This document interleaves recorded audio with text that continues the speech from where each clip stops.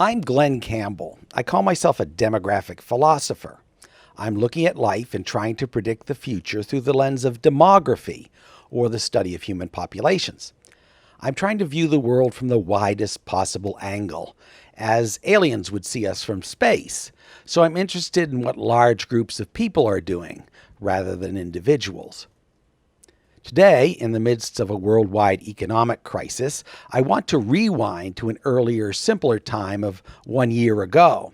Today is April 26, 2020, about 3 months into the COVID-19 epidemic outside of China, and about 1 month into widespread lockdowns in the U.S., where non-essential workers are expected to go home and stay there. Exactly 1 year ago today, April 26, 2019, I put out a video entitled The Vanity Economy, the first casualty in the next recession. So this was back before I started my podcast, when I was still making live action videos all around the world. This video in 2019 was made in a cypress swamp in Florida, and I'm standing ankle deep in muddy water. I've got 2 cameras running, and I'm cutting between them as well as being wired for sound. Every video in this era was a big production, taking a lot of time to produce and edit, which is why I gave up the whole visual element and started doing podcasts instead. At the time of this video, I knew nothing about any pandemic, but I did know that a massive crash was coming. Even a year ago, it seemed a foregone conclusion to me. Although I didn't know what would trigger the crash or when it would happen, I knew that the current economy was unsustainable and had to fall sooner or later, and that's exactly what's happening now. What this video gives you is some perspective on what would fail first. And it's basically all the things that you don't need, all the vanity products and services that each of us knows we can live without. I find this video so relevant today that I'm going to play the whole thing for you now. It's about 10 minutes. If you're listening to the video version of this podcast, you can actually see me speaking, standing there in the swamp, but there's nothing really important in the visual field. It's just me talking. I'm going to play the whole thing for you right now, and then I'll come back afterwards and talk about it in light of the current crisis. If you want to know how bad the next economic crash will be, you just need to walk down the street of wherever you live, especially if you live in America. Just walk down the main street and look at all the businesses along the road and in shopping centers. You might see a florist, and here's a home renovation center, and here's a martial arts studio, and all these other things, all these other services, and ask yourself, are those businesses essential? And all these products and services I call the vanity economy. You might think of this as the luxury economy, but we usually think of luxury as yachts and sports cars and mansions. The vanity economy, as I define it, is something that we all participate in that we buy things that we know we don't really need, but we feel we need them. These are the first things that are going to fall apart in a big economic downturn. You might see these businesses as a mark of prosperity because people seem to have enough disposable income that they can buy these vanity items. And you might see this as good. Okay, we're a rich society, we can do these things. But the other side of the coin is whenever things go bad, we don't need to do those things, so we're going to cut them out. And it just means that we have much further to fall. Now, we all know that a crash is coming. We may disagree on why it is coming or when it is coming, but we can agree based on past history that every once in a while there's a big crash. My personal theory is that this crash will be powered by demographics, by the fact that there are so many old people, so many retired people, so many people leaving the workforce and not many people coming into the workforce. But that's not the time. This isn't the time to talk about that. You may not agree with me, but you can agree that there's going to be a crash. And when there's a crash, people get laid off, or they feel at risk of being laid off. And what's the first thing they do? They're going to cut their expenses. And the expenses they're going to cut first are all of these vanity items. They're going to cancel their gym membership, and they're going to not do any home renovation, and they're not going to be buying any flowers. So when this happens, all those vanity businesses are going to be in deep trouble, and they're going to start laying people off. And when that happens, even fewer people have money to spend on these vanity services. And it becomes a self-reinforcing cycle, what physicists call a positive feedback loop. Now, a positive feedback loop is not positive in that it almost always results in some kind of disaster. Positive feedback loop is that when there's a change in a system, that change feeds back to accelerate the original change. So the more people that are laid off, the less money they have to spend on flowers, and the more the florists lay off workers, then there's fewer people to buy stuff. So this can be a cycle, what economists call a deflationary spiral. And the best example is the Great Depression. After the stock market collapsed, people had no money and they stopped buying cars, so the price of cars went down. So in the modern world, this can happen perhaps without any actual deflation, without anybody cutting prices. But it's still a spiral, a death spiral that takes everything down. Now, this is exactly what happened in 2008. No one was doing anything. No one was buying anything. No one was initiating new projects. That's when the central banks lowered interest rates and the governments pumped a lot of money into the economy to get it restarted again. The trouble is, in the next economic crash, they don't have those tools anymore. They're so deeply in debt that they really can't pump a lot of money into the economy without jeopardizing their credit rating, and they can't lower interest rates because interest rates are already close to zero. So we're going to get the same thing again, where nobody buys any vanity products and things just accelerate down to the bottom, down to some base level where people are just surviving and just buying the products and services they need to survive. The trouble is that's an extremely low level. If the economy is in the dumps for 6 months, people are going to cut their obvious expenses, cut their gym membership, but they're basically going to keep the same lifestyle they had before.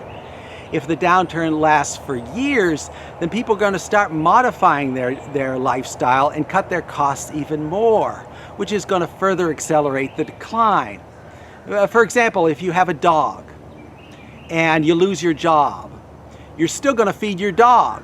You're still going to take your dog to the vet when the dog gets sick, because those are seen as essential products and services. 2 years later, your dog dies, as dogs tend to do. And this time, because you're in economic stress, you don't get a new dog. So now you can cut your expenses even more. You're not held down in terms of where you live by your pets. You can cut your expenses to even lower, and that's good in that people should be economical. It's good for the soul to use your resources well.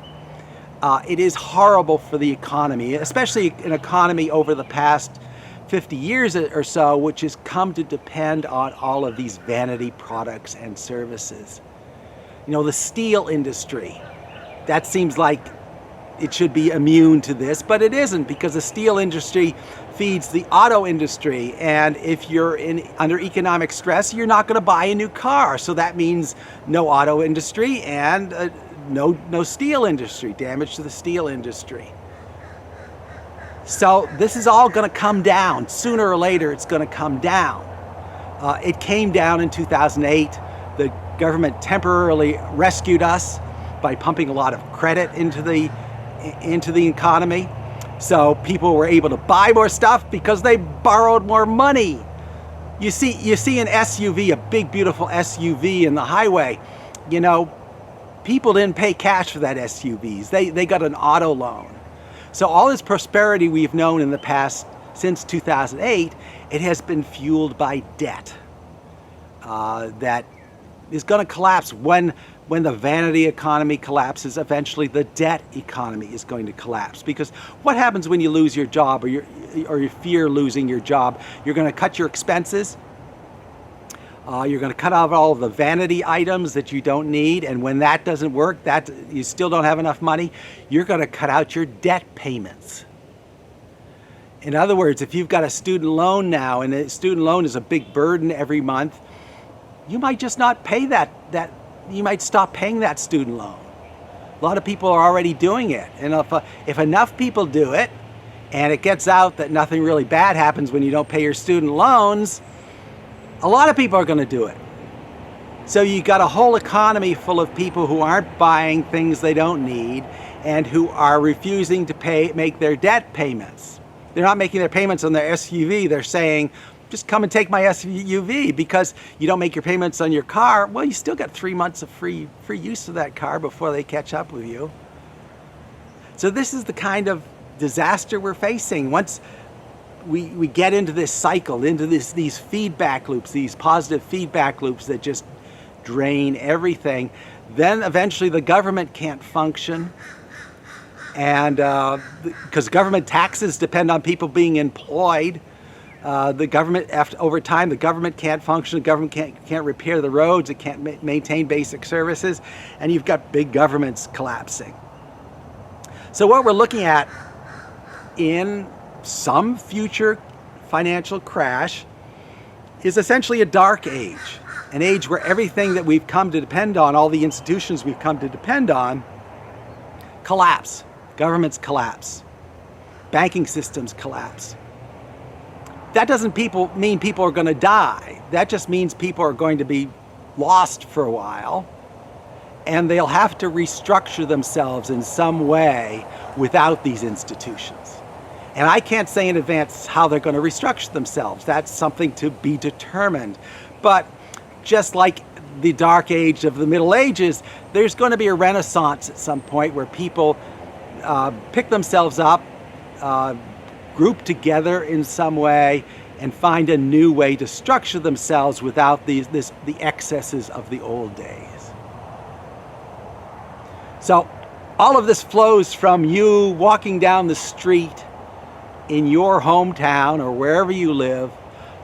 Look at each of those businesses that you see and ask yourself, what's going to happen to them in an economic downturn? And I'll bet you for 80% of those businesses, they're not going to survive because they're not essential.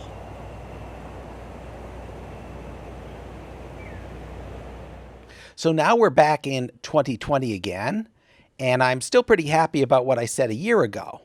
Right now, we are trapped in the same sort of deflationary spiral and positive feedback loop that I talked about back then. All sorts of vanity products and services are collapsing right now, but the collapse is being masked by all the lockdowns. If you work for a florist or a martial arts studio or a carpet store or some other non-essential business, you've been told to go home and isolate yourself to try to save lives. On the surface, this seems like a temporary thing, but it's easy to see that many of these businesses are never going to reopen again because demand has collapsed. Grocery stores will always have customers because everyone needs food, but not many people are going to be in the mood for high-end restaurants, even if they reopen and we resolve the social distancing issues of sitting down to eat. The whole population of the planet has gone into bunker mode at the same time, not just to protect themselves from the virus, but to protect their own finances. If you were thinking of buying a new car a few months ago, you're probably not going to do it now, even if you have the money or the credit, because the future is so uncertain. You just don't want to add any new commitments to your life. You're not going to fly somewhere for a vacation, even if the travel restrictions are relaxed, because it's money you don't need to spend right now. Maui can wait. You know that Maui will still be there 5 years from now. So there's no compelling motivation to visit this year or next year, or maybe even the year after that. Before you do something like that, your confidence has to return. It's hard to say how much of our economy is vanity, because it's a matter of definition, but it's not unreasonable to say that 50% of the products and services we buy can be delayed. maybe even delayed for years. And we're now at the point where virtually the entire world population is doing exactly that. They're putting things off. They're not spending more money than they absolutely have to. Even if the economy fully reopens and people can do anything they used to do, confidence is now shot. 50% of the economy, at least in rich countries, has essentially vanished. And this has started a feedback loop that can only get worse and worse. Now, the virus didn't cause this financial crisis. It just triggered it. And now that the collapse has been set in motion, even a complete resolution of the virus, like a perfect vaccine or a perfect cure, won't bring the economy back again. Humpty Dumpty has fallen off the wall and can't be put back together again. Now we're dealing with all the structural problems that were building up for years, like all the humongous debt that was unsustainable in even the best of times. In a sense, the virus is promoting a sort of false optimism. Investors are thinking things will be fine as soon as the virus is brought under control, and this has encouraged them to reinvest in the stock market. To recap the U.S. stock markets over the past couple of months, they dropped by about 35% in late February, but in April, stocks recouped more than half of those losses. As of today, the Dow and the S&P are down only about 16% from their highs, which is insane given the absolutely stunning job losses and business closures we've seen over the past 2 months. Looking at the actual economy and the overvaluation of stocks before the virus, markets ought to be down about 50% right now, and I think they will be, but the markets themselves haven't figured that out yet. The bulk of investors, the ones actually participating in markets right now, seem to believe this is a one-off problem that is likely to be resolved soon. In their view, as soon as the virus is fixed, everything will go back to normal, as if the stock markets before the virus were sanely priced to begin with. They weren't. Since 2008, there has been very little real economic growth. It has all been false growth, or the false appearance of growth generated by loose monetary policy. In my video a year ago, I said that governments had run out of ammunition to fight the next recession, and I still think that's true. There is no ammunition left. There is only the appearance of ammunition, which takes the form of money printing. The U.S. government and Federal Reserve are essentially the same agency now. The government spends as much money as it wants, and the Fed is obligated to print more money to pay for it. Every stimulus program, every bailout, and virtually every response the government has to the virus involves printing new money to pay for it. In 2019, the federal deficit was $1 trillion, which was seen as huge back then. Now the best estimates for the 2020 deficit are at least $4 trillion, or more than the government collects in taxes every year. The only way for the government to generate this money is by selling more bonds, and this ultimately leads to the Fed buying those bonds to keep the system stable. In essence, the government is just printing money to pay its bills. This has happened many times throughout history, and it always ends badly. Right now, though, it doesn't seem to be a problem because investors of the world want U.S. dollars and government bonds as fast as they can be issued because U.S. instruments are somehow seen as safe. So that's the attitude right now, but it won't always be the attitude. At some point, the government will have issued so many bonds and the Fed will have printed so many dollars that the markets become saturated. That's when we're going to see inflation, really serious inflation, because that's always the result of exponentially expanding the money supply. Whatever dollars you have in your wallet right now, they are going to be worth a lot less. I can't say exactly when this will happen because I don't know the saturation point of the market for dollars, but inflation has to happen eventually. That $100 bill in your wallet will hardly be worth what $50 buys right now, and it can only get worse from there. I talked a lot about inflation in episode number 39, so let me shift gears back to the issue in my original April 2019 video about the vanity economy. If the market for vanity items like marble countertops or skiing equipment hasn't already collapsed in 2020, it soon will. And the businesses providing those services will collapse, and even more workers will get laid off. In the meantime, the market for essential products and services will soldier on. Everyone needs food. Everyone needs medical and dental care. Maybe dental offices are closed right now, but when they reopen, people will still have cavities that need filling.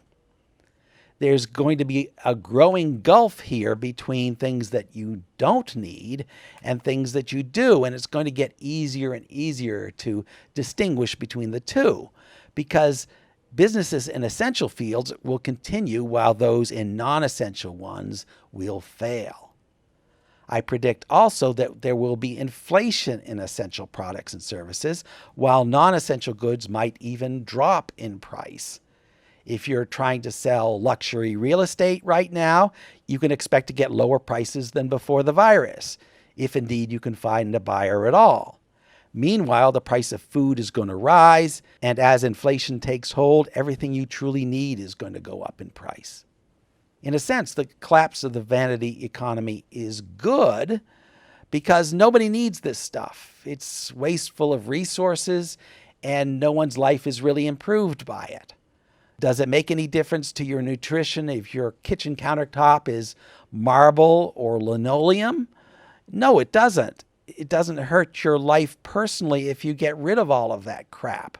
The only problem is that our economy has grown increasingly crap dependent, and it can't go cold turkey on its crap addiction without a devastating crash.